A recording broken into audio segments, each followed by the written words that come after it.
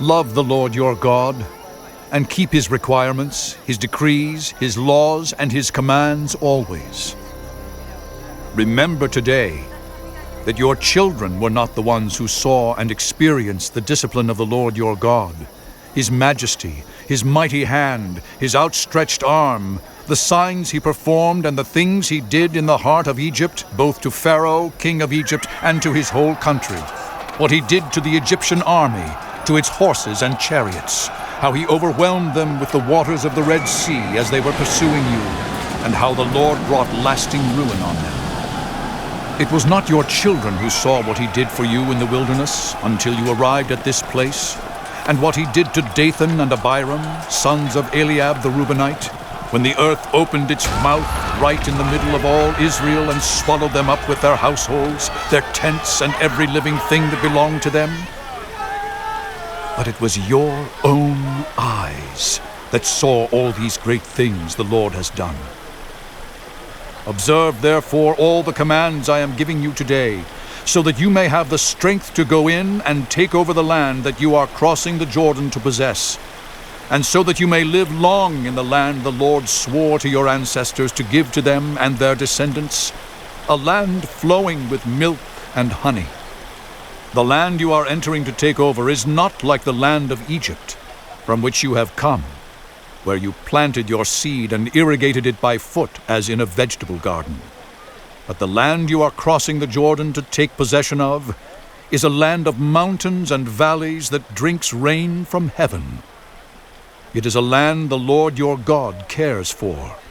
The eyes of the Lord your God are continually on it, from the beginning of the year to its end.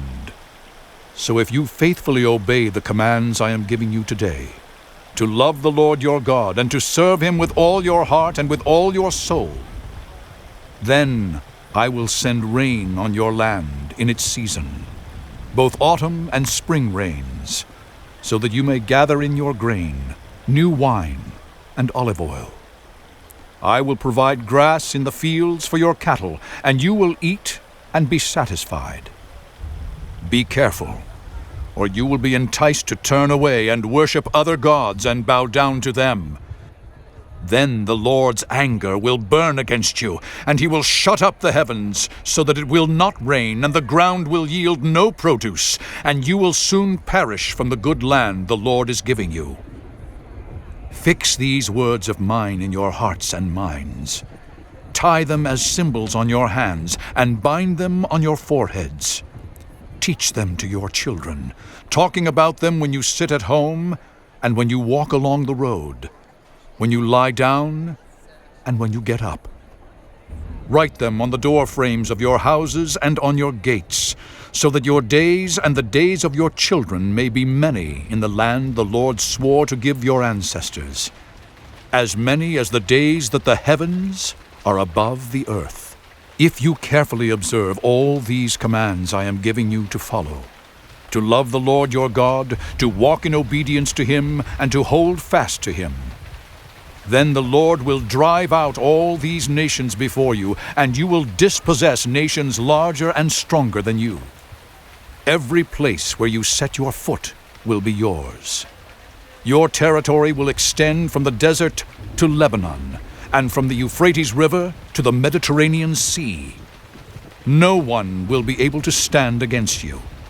The Lord your God, as he promised you, will put the terror and fear of you on the whole land, wherever you go.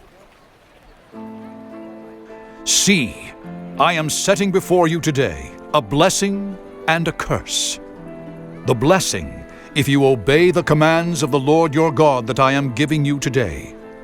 The curse, if you disobey the commands of the Lord your God and turn from the way that I command you today by following other gods which you have not known. When the Lord your God has brought you into the land you are entering to possess, you are to proclaim on Mount Gerizim the blessings, and on Mount Ebal the curses. As you know, these mountains are across the Jordan, westward toward the setting sun, near the great trees of Moreh, in the territory of those Canaanites living in the Arabah in the vicinity of Gilgal. You are about to cross the Jordan, to enter and take possession of the land the Lord your God is giving you. When you have taken it over and are living there, be sure that you obey all the decrees and laws I am setting before you today.